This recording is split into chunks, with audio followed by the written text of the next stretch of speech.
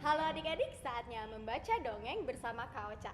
Adik-adik, hari ini Kak Ocha ada cerita baru nih. Judulnya Samosir Anak Toba. Adik-adik, apakah ada yang sudah pernah dengar dengan nama Samosir? Atau mungkin dengan nama Toba? Ada yang pernah dengar mungkin mengenai suatu tempat? Ada? Atau ada yang penasaran juga nih, Kak Ocha ceritanya tentang apa sih? Atau tentang siapa sih? Kita langsung saja ya ke ceritanya. Pada suatu hari adik-adik di rumah Jogi dan Widi, Jogi bertanya, "Coba tebak Widi, danau apa yang paling terkenal di Indonesia?" Mudah sekali Jogi. "Tentu saja Danau Toba," kata Widi dengan percaya diri. Pintar ya kamu Widi," kata Jogi. "Ya iya dong, coba tebak Jogi, kenapa Danau Toba sangat terkenal?" Mudah sekali Widi. Tentu saja karena Danau Toba adalah danau terluas dan terdalam di Indonesia, kata Jogi dengan semangat. Wah, wah, wah, anak ibu pintar-pintar ya semuanya, kata ibu. Coba anak-anak, apakah kalian tahu tentang asal-usul Danau Toba? Tanya ibu kepada Jogi dan Widi. Namun sayangnya Jogi dan Widi menggelengkan kepala. Tidak tahu Bu, memang bagaimana bisa terjadi atau bagaimana bisa ada Danau Toba Bu? Dan Danau Toba itu luas dan dalam sekali. Memang asal-usulnya bagaimana sih Bu?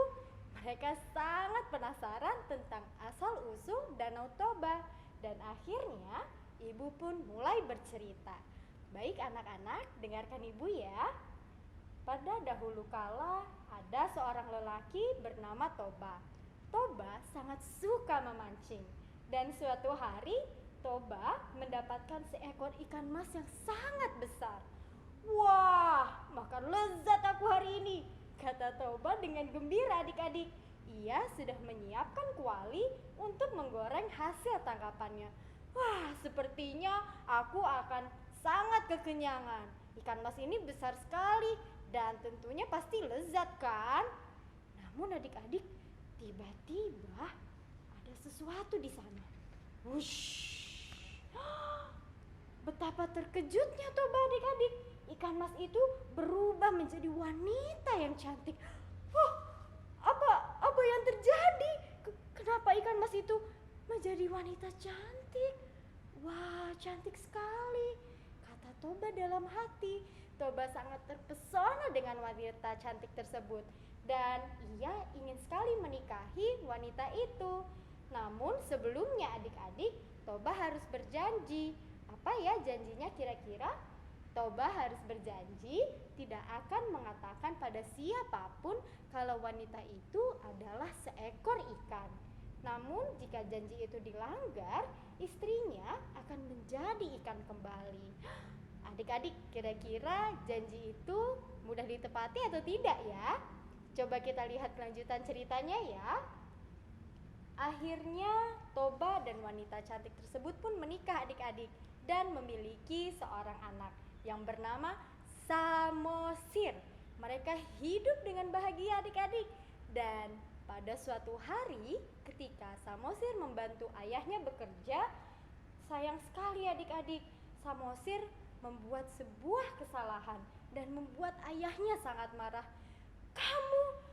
Kamu ini pantas saja kamu adalah anak ikan, teriak Toba kepada Samosir. Adik-adik, apa tadi yang diteriakkan oleh Toba? Bahwa Samosir adalah anak ikan. Samosir sangat sedih dan ketakutan adik-adik. Akhirnya Samosir pun lari dan mencari ibunya. Ia menangis terseduh-seduh dan mengadu kepada ibunya. Ibu,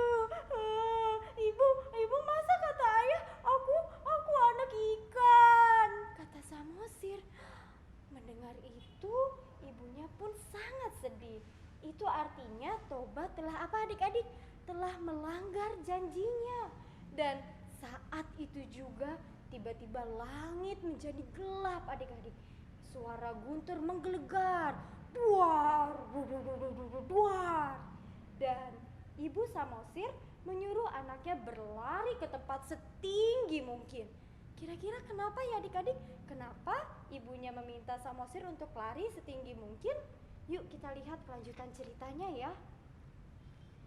Wah, ternyata hujan yang sangat lebat turun adik-adik.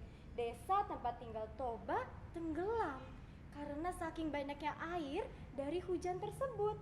Dan genangan air yang menutupi desa akhirnya menjadi danau. Istri Toba tidak pernah ditemukan. Dan menurut cerita, ia kembali menjadi ikan mas. Kira-kira kenapa ya adik-adik? Kenapa ibunya kembali menjadi ikan? Karena apa? Karena Toba sudah melanggar janjinya untuk tidak mengatakan bahwa wanita tersebut adalah seekor ikan. Dan bagaimana dengan Samosir ya? Danau yang menutupi desa itulah yang kita kenal sebagai Danau Toba. Dan sementara itu tempat Samosir menyelamatkan diri menjadi sebuah pulau. Dan pulau itu dikenal sebagai Pulau Samosir yang terletak di tengah Danau Toba. Begitu ceritanya, kata ibu kepada Jogi dan Windy. Aku jadi ingin ke Danau Toba, Bu, kata Windy setelah ibu selesai bercerita. Jangan lupa cuci muka dengan air danaunya. Menurut cerita, jika mencuci muka dengan air Danau Toba, kalian akan kembali ke sana lagi. Sambung ayah yang tiba-tiba masuk ruangan dan duduk bersama mereka. Lalu kemudian Jogi berkata dalam hati, suatu hari aku akan mengunjungi danau yang indah itu, kata Jogi dengan semangat. Begitu adik-adik ceritanya. Waduh, sepertinya danaunya indah sekali ya. Danau Toba adalah danau yang terdalam dan terluas di Indonesia. Siapa adik-adik yang ingin ke sana? Kak Ocha ingin sekali ke sana karena belum pernah ke Danau Toba. Dan kira-kira pesan apa yang bisa kita ambil dari cerita ini adik-adik? Ya, mengenai menepati janji ya adik-adik. Apabila kita sudah berjanji, sekecil apapun janji itu ataupun semudah apapun janji itu, kita harus menepatinya. Oke? Kita tidak boleh melanggarnya karena jika kita melanggarnya, maka kita akan mendapat akibatnya. Begitu ceritanya adik-adik. Sampai jumpa di cerita berikutnya.